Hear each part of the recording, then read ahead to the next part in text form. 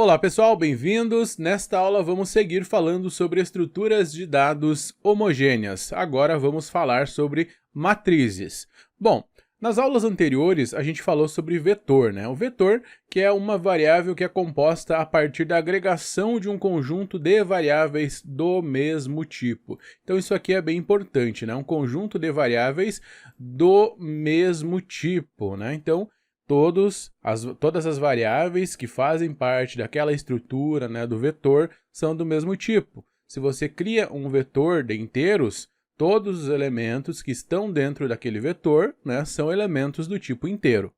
Bom, e aí como é que a gente tinha, né, a declaração do vetor? Bom, a gente tinha tipo, depois o nome da estrutura, né, e depois entre os colchetes a gente tinha o tamanho, né, desse vetor. Aí a gente tinha, né, dentro desse vetor já criado, a gente podia acessar as posições, né, através de um índice, que ia de 0 até n-1, onde n é o tamanho desse vetor. Então, por exemplo, se eu criava um vetor lá, por exemplo, um vet, aqui eu declarava, né, um int, né, int vet de 5 elementos, eu poderia colocar 5 valores do tipo inteiro dentro desse vetor. Mas eu poderia acessar, né, da posição 0, do índice 0, até o índice 4, ou seja, 5 menos 1, né? Desde a posição 0 até a posição 5 menos 1. Né? Então, do 0 até o 4. 0, 1, 2, 3 e 4, ou seja, as 5 posições que eu consigo acessar. Então vejam só, se eu quisesse fazer uma atribuição, eu poderia fazer da seguinte forma: nome, depois o índice, né, o local onde eu quero atribuir, e depois o valor. Então vejam só, se eu quiser atribuir, né, para o índice 2, então eu faria desse jeito, né, nome do vetor, por exemplo, vet, no índice 2, recebe alguma coisa, por exemplo, o 5, né? Considerando que esse seja um vetor de inteiros, então aqui eu faria uma atribuição, né, para esse meu vetor chamado de vet na posição 2, ou seja, no índice 2, recebe o valor inteiro 5. Beleza. Então o que aconteceria, né? Então aqui no índice 2, ou seja, 0, 1, 2, eu colocaria o valor 5, beleza? Ah, mas digamos que eu já tivesse outros valores dentro desse vetor aqui. Então, 1, 2, 6 e 3. Aí como é que eu resgataria, que eu pegaria um valor que está dentro dessa estrutura? Por exemplo, se eu quisesse pegar esse valor aqui, como é que eu chegaria aqui nesse valor 6? Né? Vejamos só. Para pegar esse valor aqui, basta nós acessarmos esse vetor, que digamos que seja vet, em qual índice? Bom, esse valor está no índice 0, esse está no índice 1, esse está no índice 2 e esse está no índice 3, né? Então, bastaria a gente acessar vet no índice 3 para pegarmos esse valor que está aqui. Beleza. Então, era esse o funcionamento do vetor. Por que eu estou relembrando isso? Por causa que para a gente trabalhar com matrizes, a gente vai usar esse mesmo conceito de índice, só que agora a gente terá duas dimensões, ok? A gente terá uma linha e a gente terá uma coluna, né?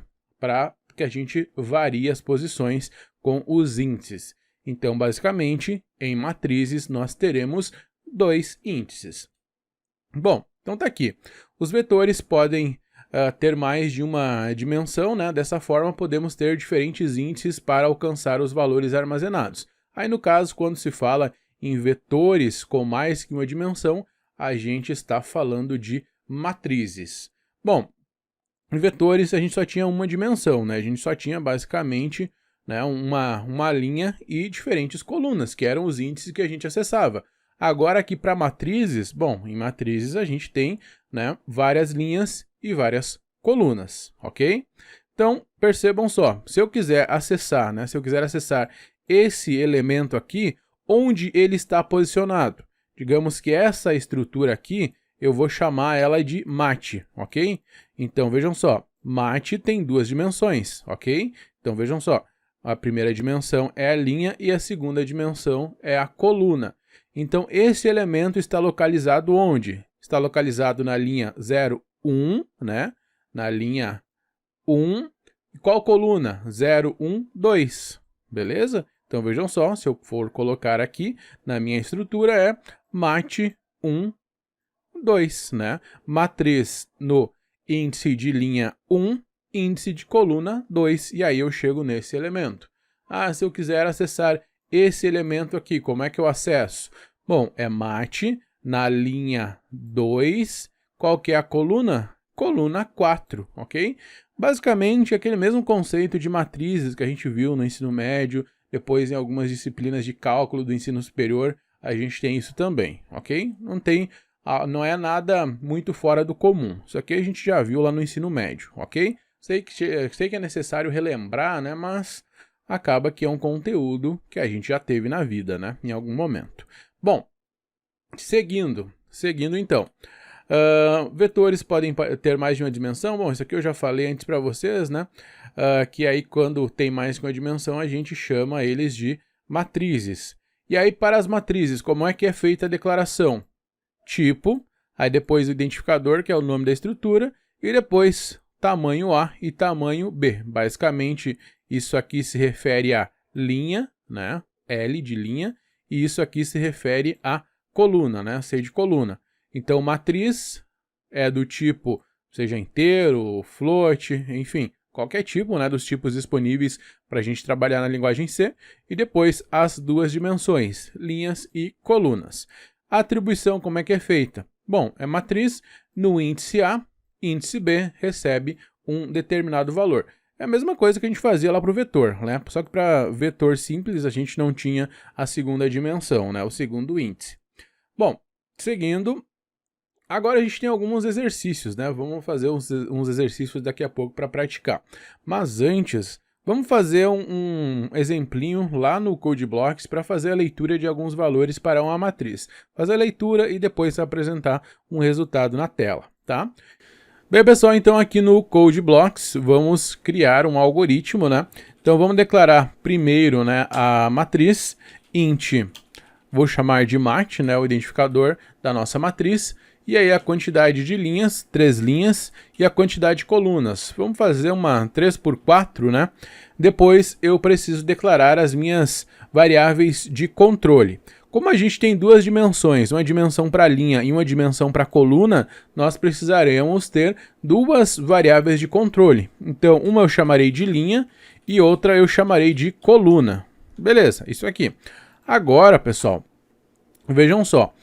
A gente vai precisar de uma estrutura de repetição para percorrer as linhas e outra estrutura de repetição para percorrer as colunas. Então, vamos lá. Aqui vamos precisar de dois for. Um primeiro for, o mais de fora, para percorrer as linhas. E aí, para cada linha, a gente percorre as colunas dela.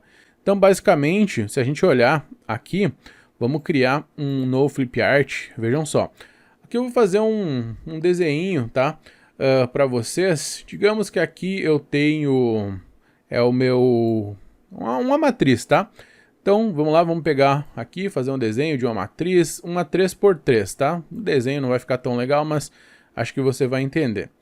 Tem uma 3x3, tá?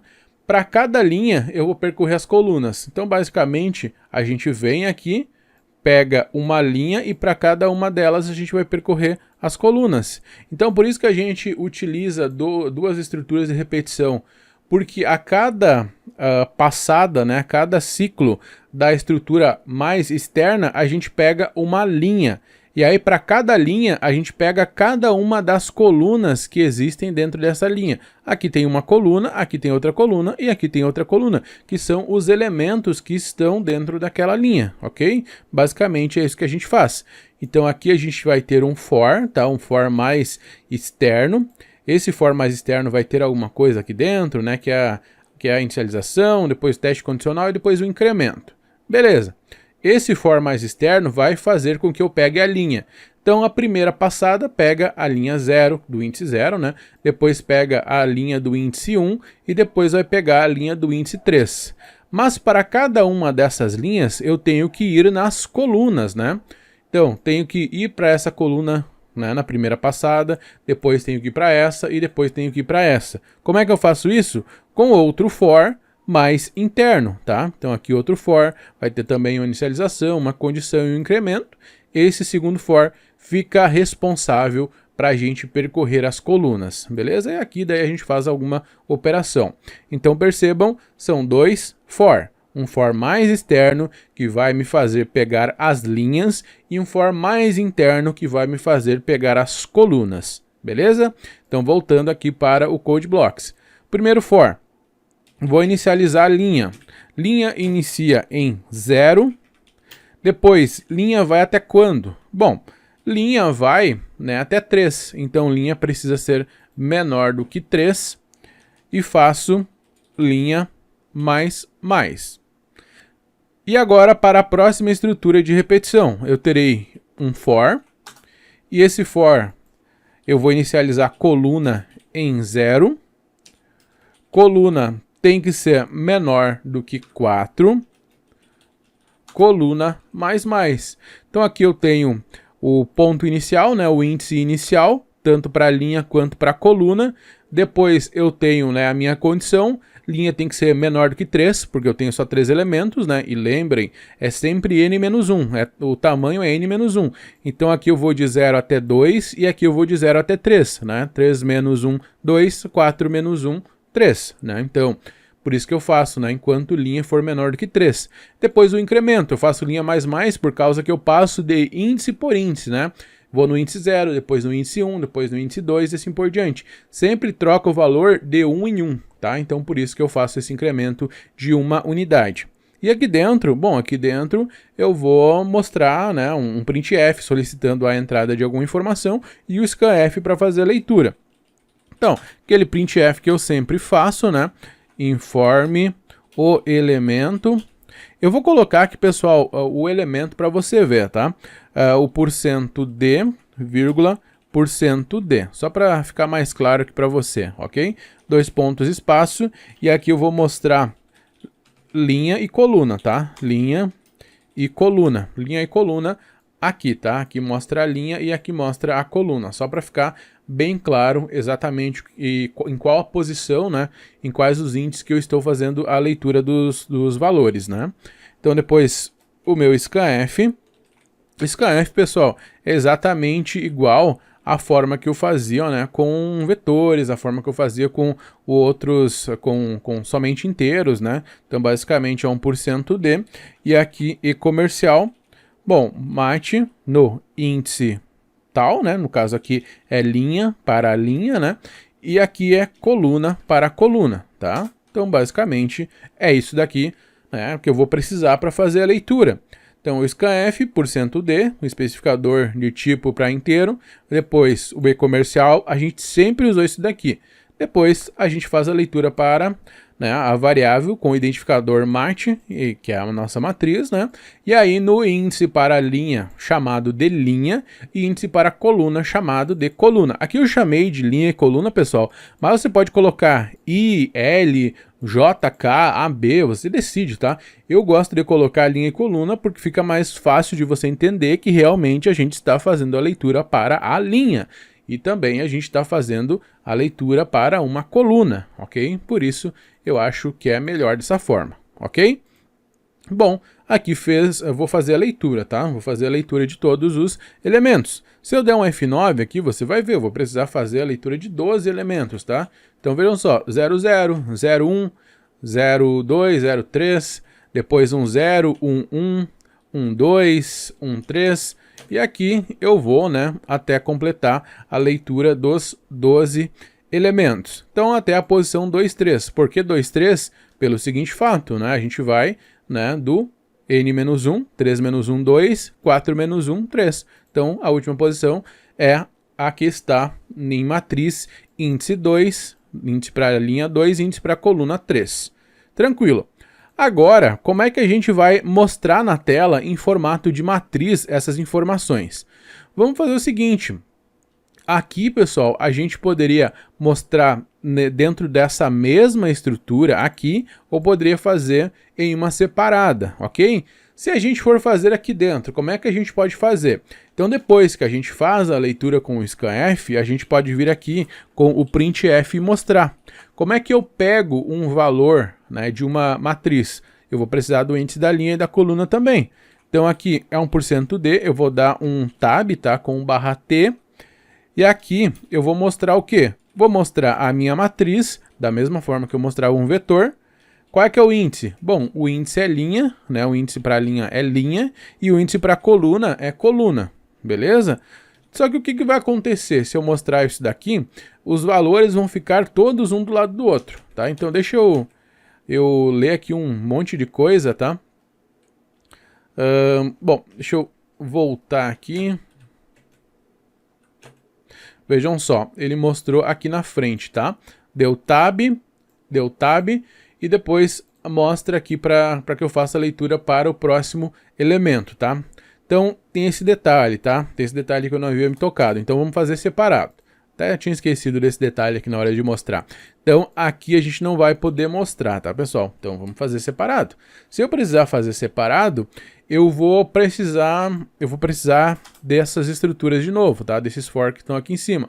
Então vamos lá, eu vou copiar tudo isso daqui e vou apagar somente o printf e o scanf aqui de dentro, tá? Então vou apagar isso daqui. Então deixa eu colocar aqui agora. Beleza. Então o que vai acontecer? Depois de eu ler todos os elementos, tá? Ele vai me mostrar os valores, né, que eu tenho na minha matriz. Isso daqui ainda vai ter um problema, tá? Por causa que vai mostrar os elementos todos um do lado do outro, tá? Então deixa eu colocar aqui vários valores, só para você ver isso que eu estou comentando, tá? Esse erro em questão. Vejam só, mostrou todos um do lado do outro. Mas eu quero que isso aqui fique em formato de matriz, né?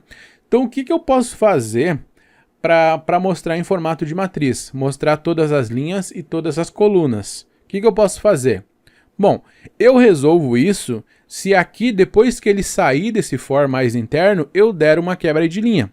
Então se aqui eu colocar um printf /n, ele vai dar uma quebra de linha separando linha por linha, tá? Então vejam só, F9, bom, agora eu tenho que ler todos aqueles elementos. Aqui eu dei o Enter antes, tá, de fazer a leitura, por isso que ele ficou aqui embaixo. Então 8, 9, bom, tenho que ler todos, tá?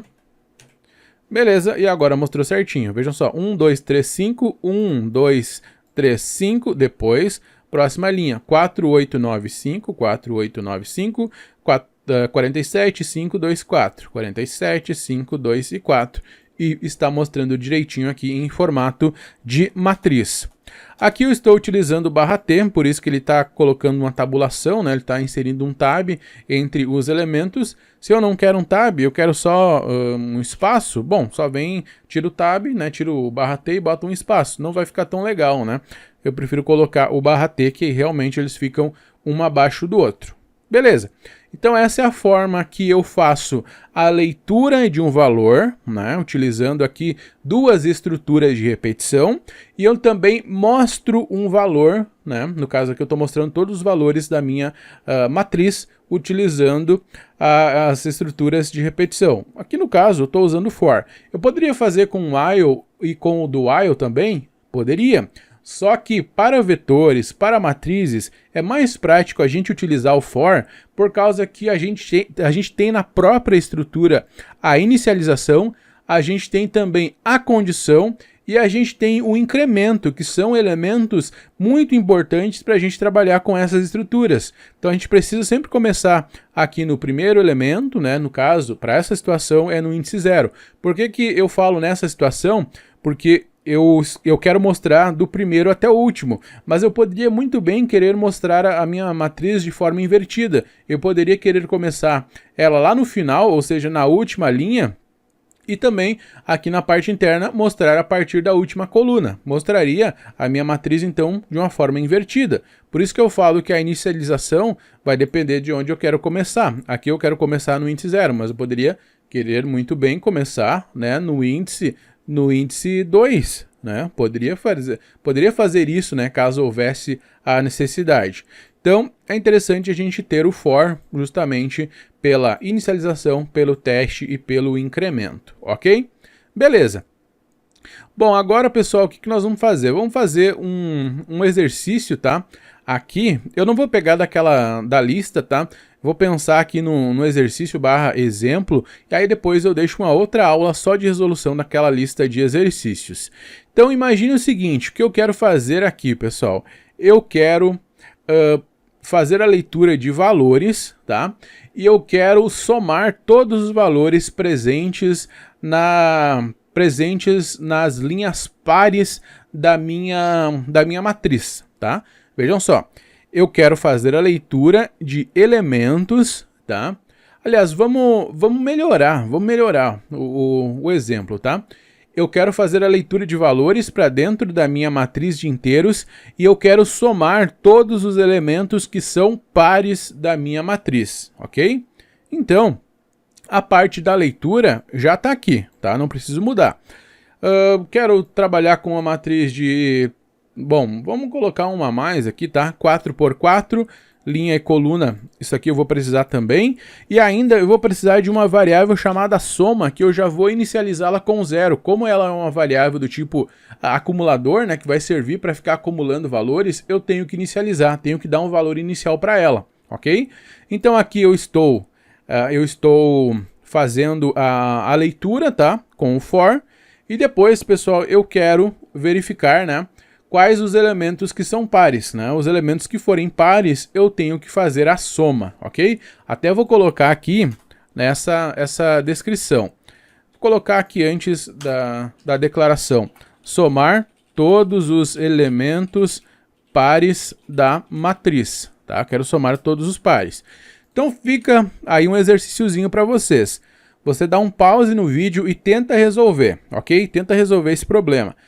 Somar todos os elementos pares da matriz, todos os valores que são pares da matriz. Tenta fazer.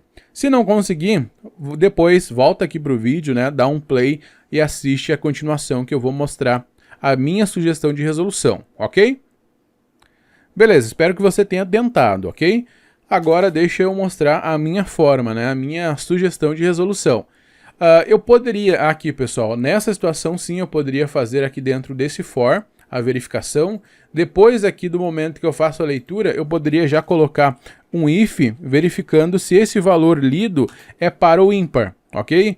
Então, if mate na posição de linha e mate na posição coluna, ok? Aliás, mate no índice linha e no índice coluna, tá?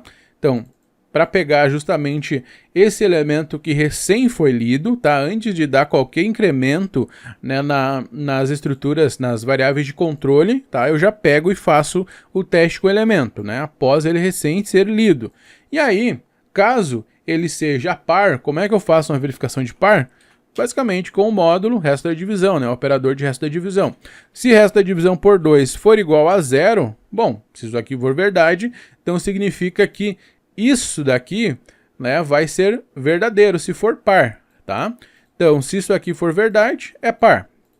Então, aqui, pessoal, eu vou fazer a soma. Soma é igual a soma, porque é uma acumuladora, né? Eu tenho que usar o valor que tem ali, mais matriz nos índices linha e coluna. Beleza. Aqui eu já estou fazendo a soma dos elementos que são pares, ok? Cada vez que ele verifica um elemento, que verifica que um elemento é par, né? Ou seja, se aquele elemento, resto da divisão por 2 for igual a 0, então ele vai realizar a soma, beleza? Agora, aqui embaixo, pessoal, eu vou mostrar o resultado, tá? Então, vejam só, aqui eu vou mostrar com o printf a soma dos elementos pares da matriz é 2 pontos, %d e um /n para dar uma quebra de linha. E aqui eu mostro soma, beleza? Ah, mas eu quero ver, né, os elementos, eu quero ver a matriz aqui na tela antes de ver esse resultado, porque eu quero conferir. Bom, se você quiser ver, então pode copiar isso daqui, tá? E fazer aquilo que eu mostrei antes, para mostrar na tela, tá? Só dar um printf aqui. O que tu quer mostrar? Quer mostrar com %d e um /t.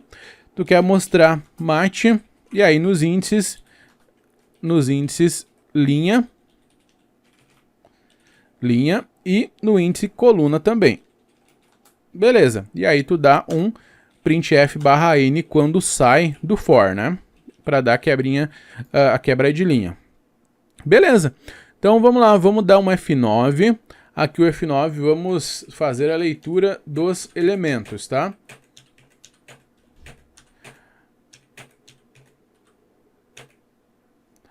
Aqui, vejam só.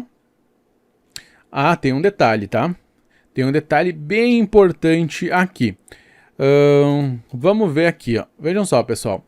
A gente declarou uma matriz de 4x4, né? Mas os nossos for, eles vão, o primeiro for, no caso, ele vai até 3 apenas, né? Então aqui eu tenho que mudar, né? Linha, ele tem que ir até, enquanto ele for menor do que 4, né? Tem que lembrar, né? O n-1. Então por isso começa em 0, enquanto for menor do que 4. Agora sim está corrigido. Então vejam só, por isso aqui, né? Eu mudei, antes era 3x4, agora eu criei uma matriz de 4x4. Então tem esse detalhe. E aqui eu tenho que mudar também, né? Beleza, mudado isso, eu posso voltar, ok? Vamos fazer o teste novamente. Então vamos colocar os valores. Eu vou colocar poucos pares, tá? Só para facilitar depois a soma, ok? 8, 3, 1, 1, 3, 2. Beleza, a soma dos elementos pares da matriz é 18. Então vamos lá. 2 com 6, 8. 8 com 4, 12. 16. 18. 20. Opa, vamos lá. 6, 2, 8.